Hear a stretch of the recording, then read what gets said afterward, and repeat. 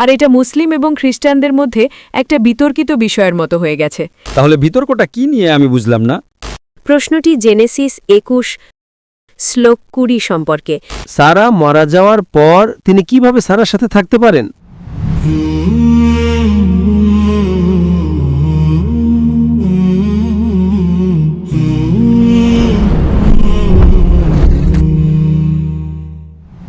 আসসালামু আলাইকুম doctor, Indonesia মালাঙে স্বাগতম। আমি দুদিন আগে থেকে আপনাকে সোলোতে অনুসরণ করছি, কিন্তু আমার মনে আজ সকালে এই বিষয়টি এলো। হঠাৎ আমার মনে হলো আমি জেনেসিস 21 সম্পর্কে একটি প্রশ্ন করতে চাই, ইসমাইল সম্পর্কে। আপনার প্রশ্নটি কি আর আপনার নাম? আমার নাম ইনতান এবং আমি একজন ফ্লাইট অ্যাটেন্ডেন্ট। এই বিষয়টি বিতর্কিত বিষয়গুলোর মধ্যে একটি হয়ে উঠেছে খ্রিস্টান ও মুসলিমদের মধ্যে, আর আমি ইতিমধ্যে এটা সম্পর্কে ডন্ডিককে জিজ্ঞাসা করেছি, কিন্তু আমার মনে হয় হয়তো আপনার কাছে একটা ভিন্ন উত্তর আছে। প্রশ্নটি জেনেসিস 21 শ্লোক 20 সম্পর্কে, কিন্তু আমি মাত্রই ইংরাজি ভার্সানে চেক করলাম। শ্লোকটা বলছে, ঈশ্বর ছেলেটির সাথে ছিলেন যখন সে বড় হচ্ছিল, সে মরুভূমিতে বাস করত এবং একজন তীরন্দাজ হয়েছিল। আর ইংরাজি ভার্সানে এটা বলা নেই সে কি বীরশেবাতে বড় হয়েছিল নাকি পারান মরুভূমিতে, কিন্তু ইন্দোনেশিয়ান ভার্সানে এটা বলা হয়েছে যে তিনি বীরশেবাতে বড় হয়েছিলেন এবং তারপর তার মা হাজেরার সাথে পারান মরুভূমিতে থাকত। তাই আমি বিষয়টি আমার এক অমুসলিম বন্ধুর সঙ্গে আলোচনা করেছিলাম এবং সে বলেছিল না, হাজেরা থাকত এবং বাস করত বীরশেবাতে, পারানে নয়, কারণ এখানে বিষয়টি নিশ্চিত নয়। শুধু বলা হয়েছে যে সে বীরশেবাতে বড় হয়েছিল নাকি পারানে। তো এটা এমন একটা বিষয়ে যা আজ আমার মাথায় এলো। ধন্যবাদ। বোন, আপনি কোন শ্লোকের কথা বলছেন? জেনেসিস অধ্যায় 21 কোন শ্লোক?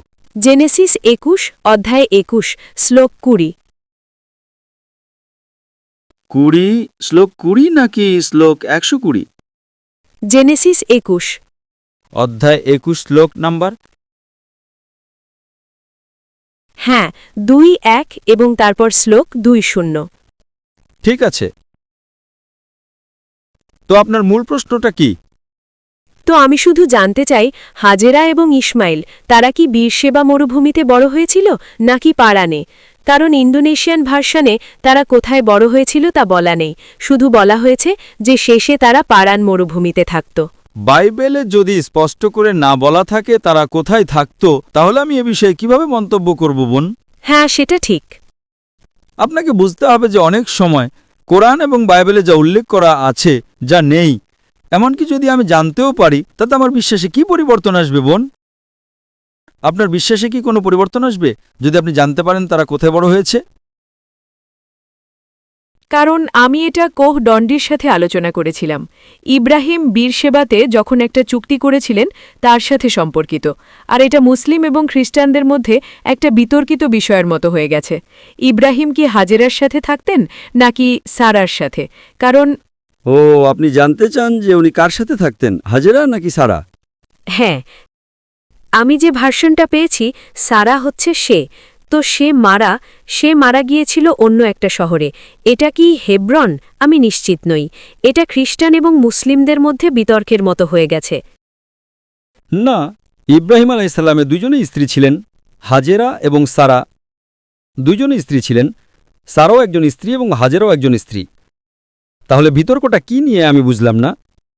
কারণ খ্রিস্টান ধর্মে আমরা সবসময় ভাবতাম যে ইব্রাহিম সারার সাথে থাকতেন, কিন্তু ডন্ডি আমাকে বলেছিলেন যে যেহেতু ইব্রাহিম বীরশেবাতে চুক্তি করেছিলেন, যদি হাজেরা এবং ইসমাইল বীরশেবাতে বড় হয়ে থাকেন এবং বাস করেন, তাহলে এর মানে ইব্রাহিম হাজেরার সাথে একসাথে থাকতেন, সারার সাথে নয়। আর এটা হয়ে গেছে অনেকটা। এটা নির্ভর করছে, শুরুতে অবশ্যই প্রথম স্ত্রী ছিলেন সারা, তাই জীবনে প্রথম অংশ তিনি সারার সাথে থাকতেন। হাজেরাকে বিয়ে করার পর তিনি হাজেরার সাথেও থাকতেন।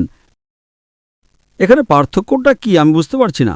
তিনি শুরুতে সারার সাথে থাকতেন, পরে তিনি হাজেরাকে বিয়ে করেন, ঠিক? হ্যাঁ, তিনি হাজেরার সাথেও থাকতেন, তারপর তিনি হাজেরাকে মক্কায় রেখে আসেন, তারপর তাকে রেখে আসেন। তাই জীবনের বিভিন্ন সময়ে তিনি বিভিন্ন মানুষের সাথে থাকতেন। তো সমস্যাটা কোথায়? তার জীবনের বিভিন্ন সময়ে তিনি ভিন্ন ভিন্ন স্ত্রীর সঙ্গে থাকতেন। কারণ আমি বাইবেলের ভার্সনটা পেয়েছি। দুঃখিত, হ্যাঁ। আমি বাইবেলের ভার্সন পেয়েছি। সারা মারা গিয়েছিলেন এবং ছিল হেব্রনে, কানানের কাছে। তো আমাদেরকে বলা হয়েছে যে কোডন্ডির মতে আসলে ইব্রাহিম হাজেরার সাথে থাকতেন, সারার সাথে নয়। শুধু এটা জানতে চাই।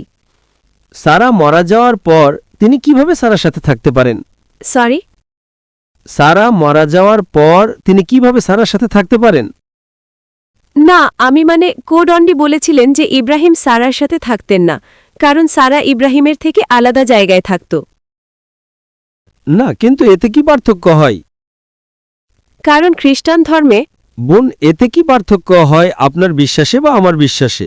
আমরা বিশ্বাস করি যে উভয়ই ইব্রাহিম আলাইসাল্লামের স্ত্রী ছিলেন এবং তিনি উভয়ের সাথেই নির্দিষ্ট সময় বসবাস করেছেন। তো কোথায় সেই আপনার যুক্তিটা কোথায় যে এতে কি পার্থক্য তৈরি হয়? ইব্রাহিম আলাইসাল্লাম কি এতে ছোট নবীতে পরিণত হন? না। কারণ আমরা সবসময় ভাবতাম যে ইব্রাহিম সারার সাথে একসাথে থাকতেন।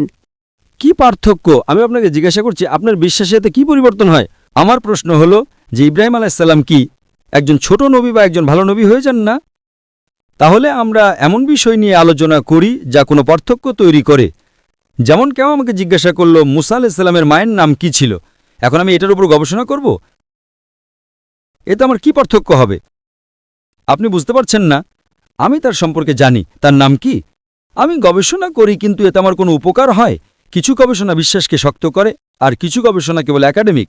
আমি একজন দায়ী, আমি গবেষণা করি যা আমাকে দাওয়া প্রদানে সাহায্য করে, ঠিক?